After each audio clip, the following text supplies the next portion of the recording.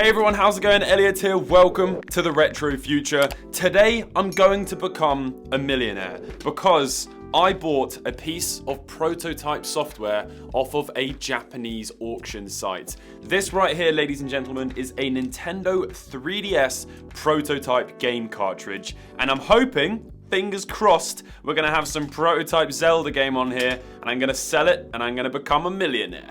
So let's see what's on it. I hope it's not crap.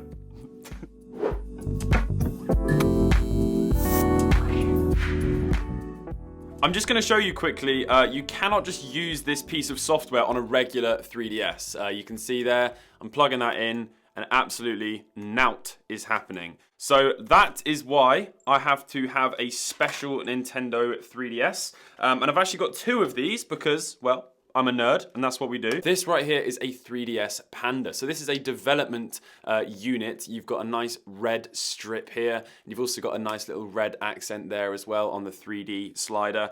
Besides that, that's all the red. You've got a nice sticker on the back that says something in Japanese about being a non-retail, not for resale development unit. And then you've also got the fact that the gradient of the actual DS itself is slightly different to the retail one. The retail one goes from sort of silver to black, and this one's going from black to silver. So yeah, incredibly cool piece of equipment. Now this one I've actually not shown on the channel before, so I'm interested to see what games this would have had on it back in the day, what games this would have been involved in the process of making. We can check that on the activities log, so that's going to be super cool. But for now, let's take a quick look at this cartridge right here. Now, obviously, this thing is double the size of a regular cartridge. It's actually over double the length of an original cartridge. So this is a DS cartridge, and then obviously a 3DS cartridge is the same color as this one, but there's a small bit that sticks out, which is to stop this from being pressed into the old Nintendo DS's,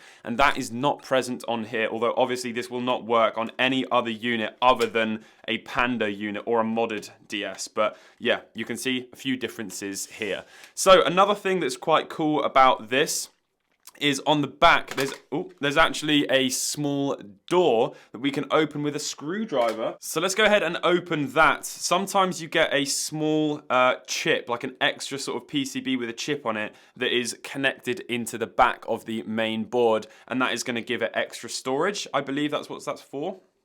Let's have a little look. There we go. So mine actually does have one. So that is really, really cool and very rare as well. Like that is not as common. So you can see there it says 4 megabit flash. So on the front here it says 16 gigabits of flash, and then on the back here we've got 4 megabits of flash. So it's an extra piece of storage there. And yeah, quite uncommon. Not the easiest things to find. I'm not sure we can actually take much else out of here, and I really don't want to remove that small little chip that's on the top, but it does just pop out. There's a small sort of Lego brick connector there, but yeah, there we go. So it has actually got the flash chip present inside it, which is a nice little bonus. Right, now that we've had a look at that, let's actually see what's going on with this cartridge. Before we do that though, I would actually like to take a quick look at the activities log and just see what this has been used for. What has this DS been used for? Has it been used in the development of some really iconic games? So I bought this from Japan as well, from an auction site called Yahoo Auctions using Sendico. I'll leave a link if you want to check them out in the description below. So let's have a look then at the activities log. Oh, right, we want to go to this one. Oh my God. The Legend of Zelda Phantom Hourglass. Nintendo. What? The Legend of Zelda Phantom Hourglass. In 2011. Phantom Hourglass was not for the 3DS. So this would definitely not have had an involvement in the development of that. That is, I'm so glad I remembered that, otherwise that would have been an absolute rinse in the comments section. Although I'm sure there's already a few comments about it. There we go. I think what's going on, if I press the home menu, you can see that the date of this DS is actually set to 2011. So I guess someone's just put some software in there at some point, which is a little bit emotional, but it was possibly quite cool. What we will have a look at quickly is any photos that might be on here of some behind the scenes Nintendo stuff. That would be quite cool. Yeah, there is actually a photo on here, and it's a photo of a person sat with a Nintendo DS in their hand. And there's some shoes and a pink cushion. It's not the most interesting of photos. I was hoping for some really cool behind the scenes stuff. But, you know, unfortunately, we'll see Miyamoto's feet next time, I hope. We need to just crack on now with having a look at this cartridge and see what is on it. So, let's plug it in and see what happens. Here we go. Ooh. System Updater is what it says, which is not a prototype Zelda game. So I'm not going to be a millionaire today.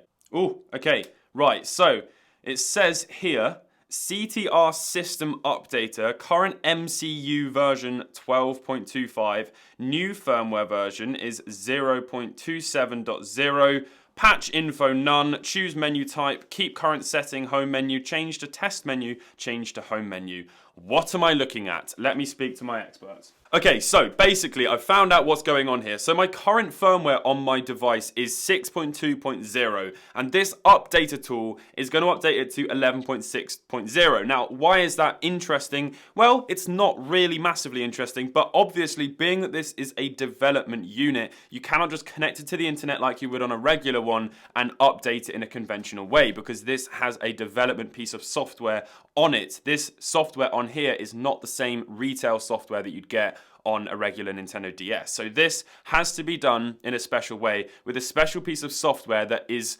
modified to suit a development unit. So essentially all it's going to do is update it, and my friend Jamie has given me a screenshot here from Wikipedia which says that we're going to essentially get themes added to the Nintendo DS. We're going to get an update on the Nintendo Network and the Miiverse. So the last two are pretty boring, but what is actually quite cool is we're going to get themes. Right, so I'm wondering if this is going to end up looking like this afterwards, or if it's going to have a similar look to it. I can't remember where themes are. Oh, they're up here, up in the little settings. Yes, okay. I'm really curious now to see if it's going to look like this after we update it. That would actually be a very cool thing because this is a very old software version. So let's do it. Let's do the update. Keep current settings menu. Here we go. Or we can change it to test and home, but let's just go for keep current settings menu. Boom. Update and reboot. I'm really scared. Let's do it. Initializing. We are updating a development unit. 1%. Here we go. 2%. Okay, 2%. All right, 3%. This is going really well. 10%. 10%.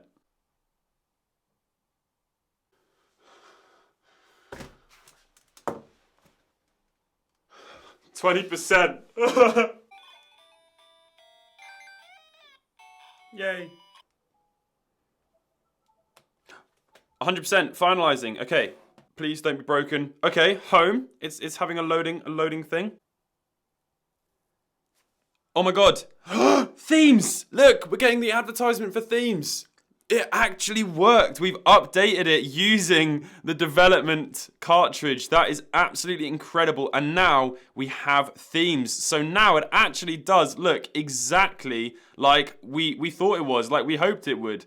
There we go. It's actually updated. That is so sick. And of course, we've still got all of the different pieces of software here. In fact, we've also now got Dummy Shop, which was not an app that we had before. So it's actually also loaded on a piece of development software called Dummy Shop. Let's load up Dummy Shop and see what happens.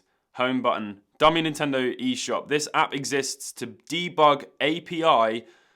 Please do not boot this app from the home menu. Whoops, I've already done that. All right, let's go back. That is pretty much all that's going to have changed. We've now got a later version of software on the Nintendo DS, and because it was a development update, we've now also got the Dummy Shop, which is a development app, and that's just really cool. So there we have it. That right there is a development update. Not only did it update the actual software to give us themes, but we now also have the dummy shop. So that goes to show that this update right here is different to the retail one because it actually contained a new piece of software exclusive to the development unit. And I checked with my friend Forest of Illusion, who's a well-known development and prototype collector in the scene, and he said that this actual software has never been discovered before, or at least it's never been documented and dumped and whatnot. So very cool find. Let me know what your thoughts were. I know this was a bit of a random exploring video, but hopefully you've enjoyed it nonetheless. If you did, please subscribe and leave a like. Let me know in the comment section down below what you thought, and I'll catch you in the next one. Bye.